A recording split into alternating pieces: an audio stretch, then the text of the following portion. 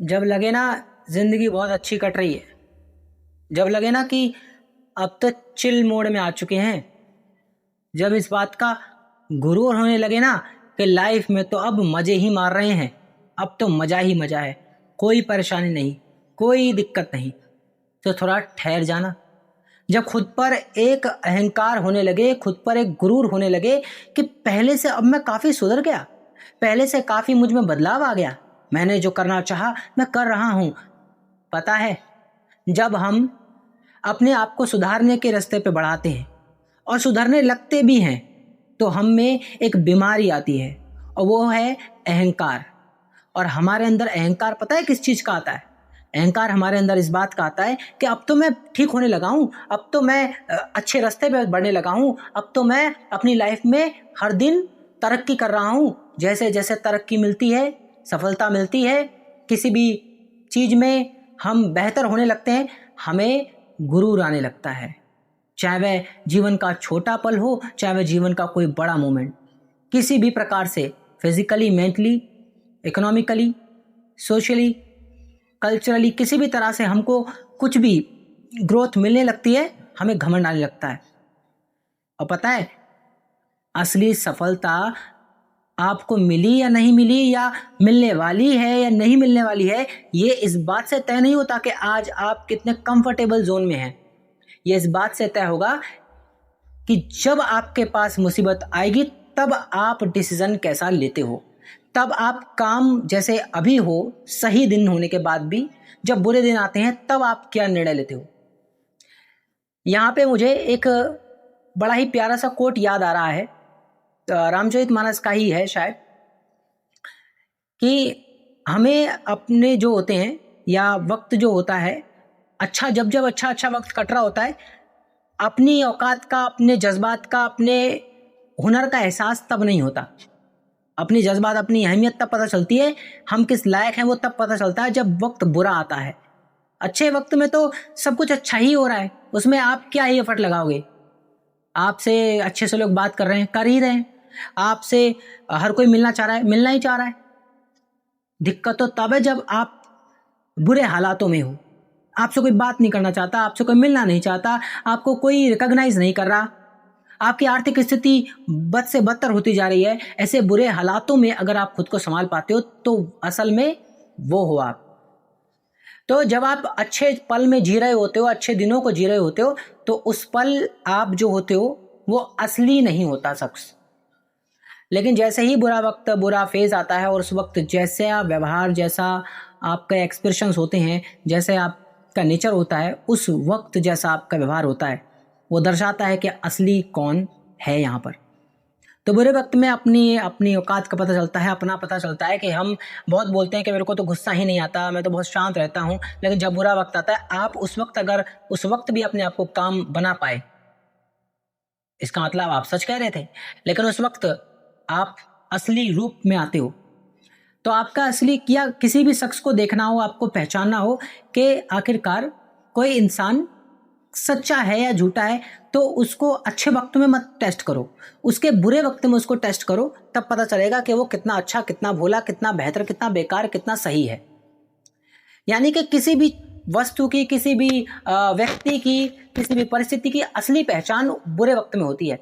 अच्छे वक्त में किसी की पहचान नहीं करनी चाहिए और ये जजमेंट नहीं निकालना चाहिए कि ये एक इंसान तो कितना, देखो शरीफ इंसान है, भलाई करता है सबकी, कितना भला चाहता है सबका, देखो कितने तमीज से पेश आता है सबके साथ, कितना रिस्पेक्टफुल है। अभी उसके पिछाड़े में आग लगाओ जरा, उन चीजों की जिनकी वजह से अभी वो इतना खुश है, वो चीज छीनो जरा इससे।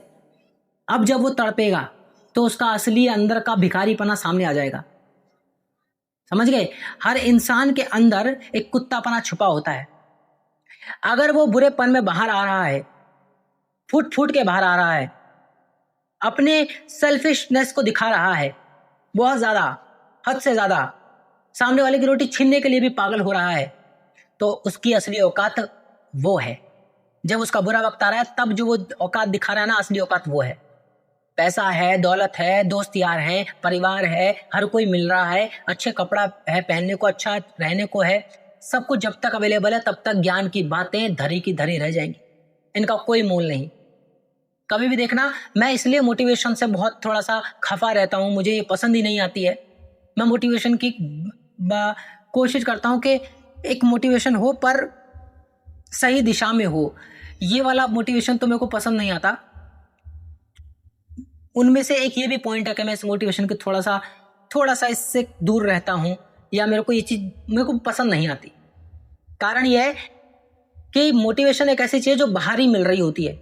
अंदर से जो सेल्फ मोटिवेशन आता है वो भी एक मोटिवेशन है, पर वो सेल्फ मोटिवेशन है, खुद से आ रहा है, ढोंग रूप में नहीं आ रहा, सच्चाई के बेस पर आ रहा है। चाहे मेरे हालात अच्छे हों, चाहे मेरे हालात बुरे हों, मैं जैसा हूं मैं अच्छे हालातों में भी वैसा रहूंगा और बुरे से बुरे हालातों में भी वैसा रहूंगा। मैं हालातों पर डिपेंड नहीं हूं, ये मेरा सेल्फ मोटिवेशन है। लेकिन अगर मैं आज बहुत पैसे वाला हो गया, आज बहुत रेपुटेटिव व्यक्ति बन गया, बहुत रिस्पेक्टफुल व्यक्ति बन गया, तो यहाँ पे मैं ज्ञान बांटने लगूं। जीवन में सुबह उठना चाहिए, सुबह प्रातःकाल उठ करके हमें पार्क जाना चाहिए, हमको ये कार्य करने चाहिए, हमको डेली एक्सरसाइज करनी चाहिए, हमको अपनी सेहत का ख्याल रखना चाहिए, खाना चाहिए, हमको अच्छा प्रोटीन से भरपूर खाना चाहिए। ये ज्ञान की बातें ना अपने पास ही रखो, समझ गए? ये जो तुम फालतू का ज्ञान पेलते हो कि एक अच्छा जीवन हो गया तो तुम उस मुकाम पे पहुंच गए, तो तुम्हारे लिए ये बातें आसान है। देखो कितनों से सुना है आपने कि हमें डेली 8 घंटे की नींद लेनी चाहिए। जरा उस मजदूर से बात करो जो 24 घंटे अपने जीवन को तड़पा रहा है कि आज मेरे से अगर मैं थोड़ा एक्स्ट्रा काम कर लूंगा तो एक्स्ट्रा रुपए घर पर जल लेकर जाऊंगा। उस विद्यार्थी से बात करो जो एक कॉम्पिटिटिव लेवल की तैयारी कर रहा है और ना जाने वो कितनी रातें सोया नहीं है। उस शख्स से, उस परिवार के जिम्मेदार पिता से बात करो जो परिवार को संभालने के लिए, परिवार को चलाने के लिए इस भागदौड़ भरी जिंदगी में, महंगाई से भरी जिंदगी में अपनी बेसिक सैलरी से भी पूर्ति नहीं कर पा रहा, तो वो अलग से या तो ओला चला रहा है, या तो वो स्विगी में काम कर रहा है, या तो वो जोमेटो में, कहीं ना कहीं वो डिलीवरी पार्टनर बना हुआ है, कहीं वो ड्राइविंग कर रहा है, ऑफ जब आप ड्यूटी से ऑफ होता है तो वो काम कर रहा है, रात को देर रात घर पहुंच रहा है काम करके। ऑफिस तो उसका 5 बजे ही ऑफ हो गया था। हमारे स्कूल में एक टीचर थे, वो बहुत अच्छे थे, पॉलिटी के टीचर, सुरेश सर नाम है उनका। वो पढ़ाते थे, 11th में आए थे नए, तो वो पढ़ा रहे थे, काफ़ी अच्छा पढ़ाते थे वो, बड़ा अच्छा लगता था उनसे पढ़ा हुआ सब्जेक्ट। लेकिन किसी बच्चे ने उनको देख लिया कि स्कूल के पीछे एक मंडी है, वहाँ पर वो सब्जी बेचते हैं। अब मैं तो थोड़ा शौक हुआ सुन करके, डेफिनेटली शौक होना ही बनता है क्योंकि वो एक सरकारी स्कूल के टीचर हैं, तो कम से कम 40-45 हज़ार रुपये तो सैलरी मिल ही जाती होगी। क्या अब मेरे पास 2 चॉइसेस थी इस चीज को सुनने के बाद निर्णय लेने की, तो मैंने एक निर्णय ये लिया कि शायद वो और पैसे कमाना चाहते हैं, और जो कि बुरा नहीं है, पैसा कमाना कोई बुरी बात नहीं है, ठीक है। बाकी फिर मेरे को लगा अगर 45,000 सैलरी है उसके बावजूद भी इतनी परेशानी उठाएंगे तो कोई तो बैक हैंड में कोई स्ट्रॉन्ग रीजन ही होगा, तभी कोई इतना काम करेगा, वरना तो इतने में ही संतुष्ट रहेगा कि चुपचाप घर पहुंचो, अपना बीवी बच्चों के साथ जीवन बिताओ। फिर मैंने थोड़ा और सोचा तो मुझे यही कारण लगा कि पक्का कोई ना कोई बैकएंड में बहुत स्ट्रॉन्ग रीजन रहा होगा जो वो ये भी काम कर रहे हैं, जबकि सब्जी बेच करके वो इतना नहीं कमा पाएंगे जितना वो अपना सैलरी क्लास को पढ़ाकर, स्कूल में पढ़ाकर लाते होंगे एज अ सरकारी टीचर। अब जब वो करते, कोई भी कारण रहा हो, मैं तो बड़ा खुश था कि एक टीचर होने के नाते और सबसे बड़ी बात एक पिता होने के नाते, परिवार का जिम्मेदार नागरिक होने के नाते वो अपनी जिम्मेदारी निभा रहा है शख्स। और ये हंसने वाली बात तो नहीं हो सकती। कौन कौन हंसेगा, क्यों हंसेगा, क्या स्ट्रॉन्ग कारण हो सकते हैं उनके हंसने के, ये भी मैं नहीं जानना चाह रहा था क्योंकि मुझे अंदर से बुरा लग रहा था। लेकिन बाकी बच्चे हंस रहे थे कि देखो उसको वहां पे सब्जी बेचता है, हे हंस रहे थे। तुम सालों कभी अपने बाप को देखो, तुम जिस सरकारी स्कूल में पढ़ते हो तुम्हारा बाप इतना लैंडलॉर्ड नहीं है, वो सरकारी स्कूल में पढ़ाता है तुमको, और साल के तुम्हें 1600 रुपए स्कूल से मिलते और हैं, उसको तुम्हारा माँ बाप ही उड़ाते हैं, तुम पर कोई कॉपी किताब में नहीं खर्च करते। वो 1600 आते हैं, उसमें या तो किसी का कर्जा जाता है, या तो सिलेंडर बुक होना था सिलेंडर बुक होता है, या तो किराए में कम पड़ रहे थे तो किराए में एडजस्ट होता है, या तो दूध वाले का भैया का दूध का पैसा अटक रहा था, दूध वाले के भैया के पैसे जाते हैं, कुछ तो होता है उन 1600 रुपए का। हमारे देश में एजुकेशन सिस्टम में जो 1600-1700 मिला करते थे उस टाइम, अब तो बढ़ गए होंगे, 2500 हुए होंगे सरकारी स्कूल में। ये जितने भी मिलते हैं सरकार भूल जाए इस बात को कि वो उसके किताब में, कॉपी में, जूते में, कपड़े में खर्च होंगे। बकवास है, एकदम बकवास। नहीं होते वो उसमें खर्च। दरअसल वो जो फटे जूते 1600-1700 मिलने से पहले पहन रहा था, उसके बाद भी वही फटे, बल्कि और ज्यादा फटे पहनकर आता है ताकि अगली बार फिर 1700 और मिल जाए। मैं सरकारी स्कूल से पढ़ा हूं और ऐसे मिले हैं पैसे। मम्मी को बुलाते थे, मम्मी को पैसे लेकर चली जाती थी, फिर घर पर उन पैसों की कोई चर्चा नहीं। ना ऐसा कि हमारे पेरेंट्स ये सोच रहे हो कि चलो बच्चों के स्कूल से जो पैसे मिल रहे हैं बच्चों के बैंक अकाउंट में डाल देते, ये उनकी सेविंग। फ्यूचर में जब वो कोई कोर्स करेंगे, कंप्यूटर कोर्स करना चाहेंगे, तो उस वक्त हम ये नहीं कहेंगे उनसे कि बेटा आप तो पैसा नहीं है। हम उनसे कहेंगे नहीं है, ये तू 6th class 6, 7th, 8th, 9th, 6, 7th, 8th और हाँ 8th तक मिलता, 3 साल जो तेरे को मिले उसके हिसाब से 16 कर लो, 48, 4,000 के करीब आ गए होंगे, 4-5 हज़ार करीब। तो इसमें से कितने का 600 रुपये का कोर्स है, 800 रुपये का कोर्स है, चाहिए 1000 है, 200-400 अपने ऊपर से लगा देंगे, चलते को कोर्स करा देते हैं। पैसे का कोई हिसाब नहीं होता उनका, क्योंकि हम गरीबों की भूख कम नहीं होती है। हमारी भूख दरअसल रोटी की नहीं रही, रोटी तो शायद हम कभी खाते भी नहीं। असली भूख उस पैसे की जिससे कर्जा निकलेगा, असली भूख उस पैसे की जिससे जिम्मेदारियों से मुक्ति मिलेगी, जो कभी नहीं मिलती। जॉब क्या तुम्हें लगती है कि तुम्हें एक स्टेबिलिटी दे देती है? अजी घंटा। जॉब तुम्हें सिर्फ इसलिए पैसे देती है कि तुम अगली बार फिर गुलामी करने के लिए आओ, क्योंकि वो देती ही इतना है, यानी गुलामी से आजादी नहीं देना चाहती। तो असली औकात आपकी आपके बुरे वक्त में पता चलेगी। सही वक्त में, अच्छे दिनों में कभी मत सोचो कि मैं तो बदल गया, मैं तो धीरे धीरे इंप्रूव हो रहा हूं। कुछ इंप्रूवमेंट नहीं दिख रही है, जहां थे वैसे ही हो। परिस्थितियां शायद बदल रही हो, लोगों का नजरिया शायद बदल रहा हो तुम्हारे प्रति, अच्छा पॉजिटिव हो रहा हो या पॉजिटिव वाइब आ रही हो। क्योंकि अच्छे रास्ते पर जब चलते हो तो पॉजिटिव थॉट के साथ आगे बढ़ते हो तो वाइब आती है अच्छी, आसपास का नजारा बदलने लगता है, जैसा सोचते हो वैसा व्यवहार होने लगता है। लेकिन जब बुरा वक्त आता है तब असली औकात का पता चलता है। तो देखो उस बुरे वक्त में तुम अगर अपने आप को संभाल पाते हो, अपने आप को महसूस कर पाते हो, तो इसका मतलब तुम वो हो और वही तुम्हारी सच्चाई है। आपतकाल परखिए चारी, धीरज धर्म मित्र और नारी, आपतकाल परखिए चारी। मैंने तुलसीदास जी का ये वाक्य कोट नहीं किया, अभी कोट कर देता हूं, है ना। धीरज धर्म मित्र और नारी। आपका धीरज, आप में कितनी सहन शक्ति है, ये आपके अच्छे वक्त में नहीं पता चलती, ये आपके सबसे वर्स्ट सिनेरियो में पता चलती है कि आखिर आप कितने सहनशील हो, कितनी क्षमता है आपके अंदर सहनशील होने की, ये आपके बुरे हालातों में पता चलता है। तो कभी भी अपने आप को, जब कभी भी थोड़ा बहुत भी ईगो, घमंड आने लगे किसी भी प्रकार का, पैसे को लेकर, व्यवहार को लेकर, शरीर को लेकर, कभी कभी तो शरीर को लेकर व्यवहार ऐसा हो जाता है हमारा कि हम किसी को नीचा दिखाने में कमी नहीं छोड़ते।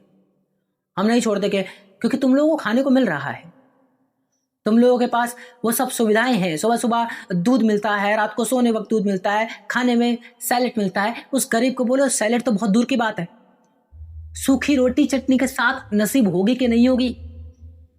और तुम उससे कंपेयर करते हो तेरा शरीर, तुम उससे कंपेयर करते हो तेरी बॉडी, तेरे कपड़े।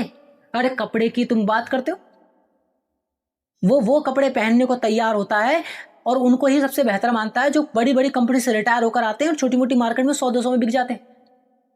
उसे फर्क नहीं पड़ता कि तुम कौन से कंपनी के कपड़े पहनो, उसे फर्क पड़ता है कि कपड़ा मिल जाए, बस बढ़िया ढंग का, एक व्यवहार कुशल, पहनने लायक, कहीं जाने लायक।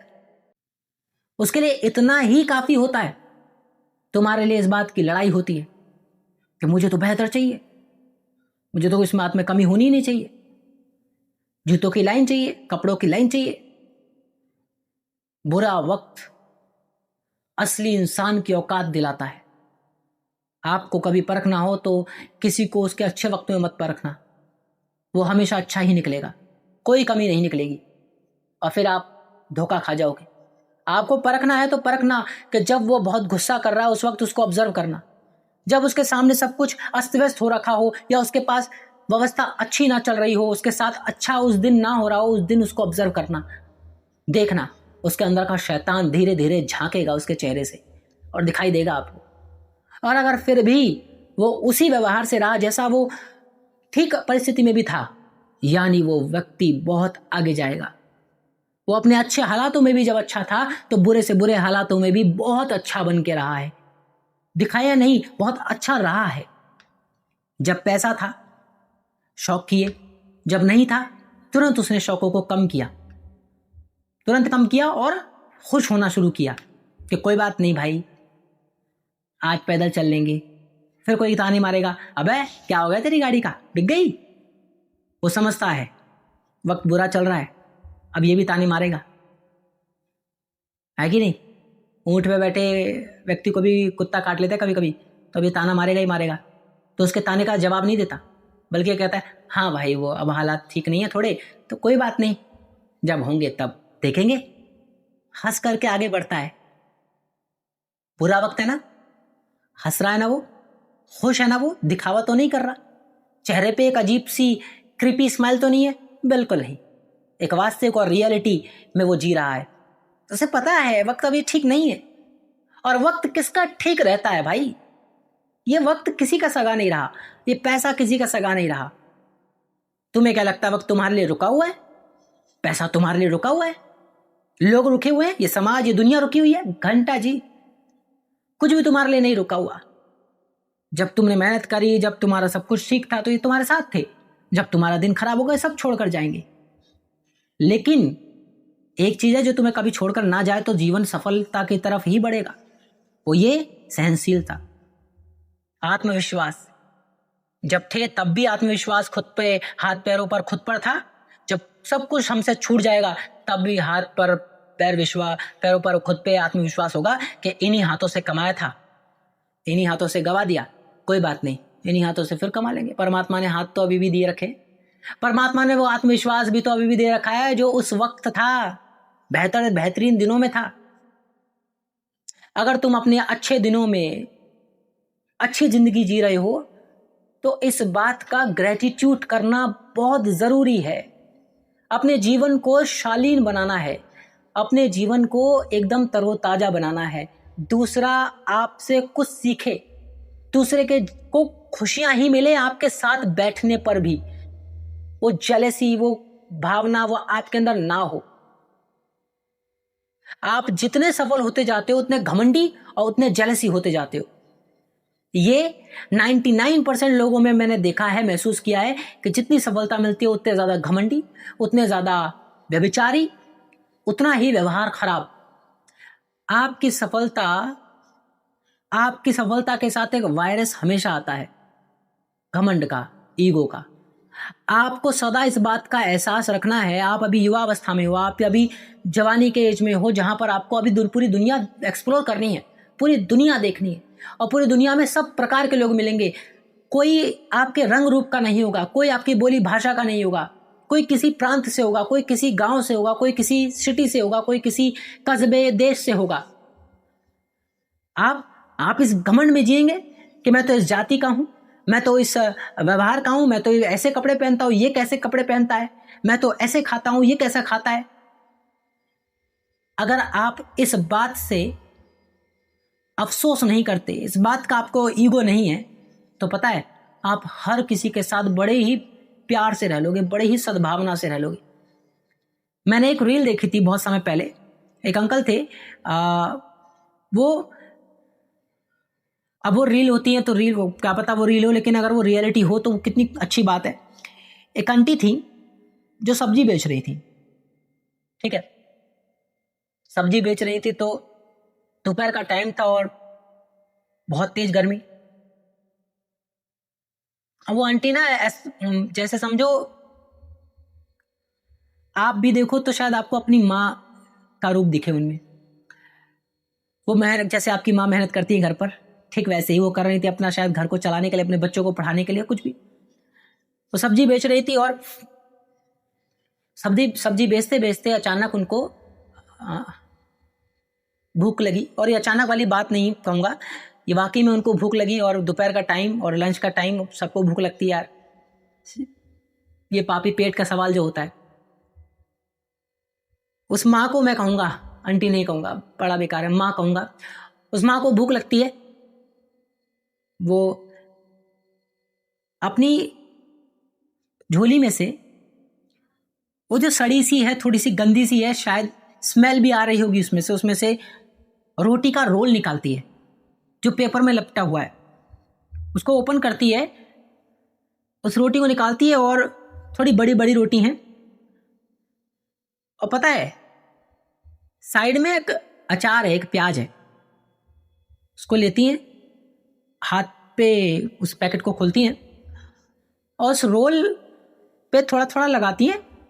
कैसे लगाती हैं? अगर इतनी बड़ी रोटी है तो एक आगे लगाती हैं, एक बीच में लगाती हैं, ताकि पूरी रोटी में उसका मसाले का वो टेस्ट आ जाए। वो उसको रोल करती हैं। वो अंकल जाते हैं उनके पास, बैठते हैं और कहते हैं कि ये भूख लगी है, मतलब वो माँ है, उसके पास वो एक ही रोटी है। वो क्या करती है, उस एक रोटी को तोड़ती है और आधा उसको देती है और आधा फिर खाने लगती है। पता है, जब वो इस इतनी गर्मी में जब वो उस रोटी के टुकड़े को खा रही होती है, पसीना जब बह रहा होता है और अभी कोई खरीदार नहीं आया है, वो जब पहुंचती है अपना पसीना, वो रील का वो पार्ट ना यहाँ दिल को छूता है। मैं उस रील को अभी इग्नोर करता हूँ, कॉन्टेक्स्ट, रील के कॉन्टेक्स्ट को इग्नोर करता हूँ, क्योंकि रील अक्सर आज के टाइम में इमोशन को ही खरीदते बेचते हैं, आपके इमोशंस को ही खरीदते हैं। वो जानते हैं अटेंशन आपका इमोशन से मिलेगा, तो वो इमोशन पे ऐसा कुछ बना देते हैं। लेकिन मैं उस रील का जो वो उसने कॉन्टेक्स्ट दिया है कि यार एक माँ है, एक महिला है जो सब्जी बेच रही है, दोपहर का वक्त हो रखा है, बहुत धूप है और उसको भूख लगी है, और जैसे ही कोई शख्स उससे रोटी मांग भूख के लिए तड़प आया कि मुझे भी भूख लग रही है, तो उसने अपनी रोटी तोड़ कर दे दी। उसने ख्याल नहीं करा कि मैं बहुत भूखी हूँ, मेरी एक रोटी है बस, इसे क्यों दूं। उन्होंने सोचो, एक गरीब इंसान के अंदर इतनी सी शर्म तो होती है कि इसे भी भूख लगी होगी, लेकिन अमीर हर चीज खाने को तैयार होता है, उसे नहीं फर्क पड़ता किसी की भूख प्यास का। किसी इंसानियत कितनी गरीबों में उस समय मौजूद है, क्या बताऊं। यही वो दिन होते हैं जब तुम अपने वर्स्ट कंडीशन में होते हो। ऐसे हालातों में तुमने क्या औरों को नहीं देखा? किस बात का घमंड तुम्हारे अंदर आज भी समाया हुआ है? इस 20-25 की उम्र में आकर के तुम किस बात से के घमंड में चूर होने को तैयार हो कि मेरा बाप कमाता है, मैं अपने बाप के पैसे उड़ाता हूं, तुझे क्या? मुझे कोई फर्क नहीं पड़ता ना, दुनिया में किसी व्यक्ति को फर्क पड़ना चाहिए। बिल्कुल, अगर तुम्हारा बाप अंबानी है तो तुम बेटे हो उसके, तुम्हें पूरा हक है अपने बाप के पैसों पे लूट शौक मौज करने का, पूरा हक है, पूरी जिंदगी करो। लेकिन उस बीच ये याद रखना, ये धन दौलत, ये गृहस्थी, ये समाज, ये रिश्ते, ये रिस्पेक्ट कभी भी एक जैसी नहीं होती। अगर आज तुम अपने बाप के पैसों पे उल रहे हो, कल तुम्हारे बच्चे उलेंगे, परसों उनके बच्चे, और क्या ये संतति बरकरार रहेगी? इस बात की गारंटी दे सकते हो? लिखित में दे सकते हो? और अगर लिखित में दे सकते हो तुम कि आज आने वाले 100 सालों तक ऐसा कुछ नहीं होगा, तो मैं इस बात को डंके की चोट पर कह सकता हूं कि तुम्हारे अंदर घमंड रावण से भी बढ़कर है। ये तुमने लिख करके प्रूव कर दिया, क्योंकि मैं जानता हूं इस दुनिया में कुछ भी परमानेंट नहीं है, यहां पे कुछ भी स्टेबल नहीं है। कब राजा को रंग को राजा बनने को मौका मिल जाता है, यहां कुछ नहीं पता। कब भिखारी इंसान कब राजा बन जाएगा, कुछ नहीं पता। ये दुनिया का एक नया ही दस्तूर, एक नया ही क्रिटिकल है, नया ही मिरेकल है। ये दुनिया जिसे जो बनाना चाहती है वो बनाकर रहती है, चाहे लाख बेड़ियां उसके आगे ला दो, जाको राके साइयां मार सके ना कोई, क्या कर लोगे? तो इसलिए आज की वीडियो में आप लोगों से मैं ये समझाने का मैंने पूरा प्रयास किया कि आप अपने अच्छे दिनों में जो हैं वो सच नहीं है, आप जो अपने बुरे दिनों में हैं वो ही सच है। बुरे दिनों में ही आपकी अपने से अपनी मुलाकात होगी, और जब मुलाकात होगी तो देखना जरा अपने आप को शीशे में, आईने में, कि गुस्सा करते वक्त आप कैसे लगते हो और प्यार करते वक्त आप कैसे लगते हो। तो इसलिए अपने आप को समभाव रखना, अच्छे दिनों में भी बुरे दिनों में भी। किसी को नीचा नहीं दिखाना, कोई आपको नीचा दिखाए साले को छोड़ना मत, उसको उसकी औकात याद दिला देना, लेकिन पहले से किसी को कोई नीचा मत दिखाना। किसी को एहसास मत कराना कि तेरी अवस्था बहुत दयनीय है, बिल्कुल नहीं। उसको बल्कि एहसास कराना कि इस अवस्था में तुझे निकलना है, तू हीरा है, तुझे आगे बढ़ना है। तुम्हें लोगों को जीवन जीने की उम्मीद देनी है, बस। बाकी वो काम खुद कर लेंगे, तुम्हें कुछ नहीं करना। लेकिन इतना तो कर सकते हो। अगर इतना करोगे तो देखना पलट कर प्रभु तुम्हें भी देंगे, परमात्मा, ये प्रकृति तुम्हें भी देगी। आज की वीडियो में इतना ही दोस्तों।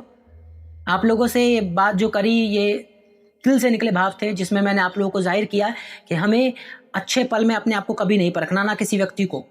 बुरे वक्त में सबसे ज्यादा अपने आप को परखना है, क्योंकि असली मुलाकात हमारी हमसे अच्छे वक्त पल में नहीं, बुरे पल में होती है। तब तक के लिए दोस्तों बाय। अपना ख्याल रखिए, अपनों का ख्याल रखिए, और सबसे ज्यादा अपना ख्याल रखिए। बाय।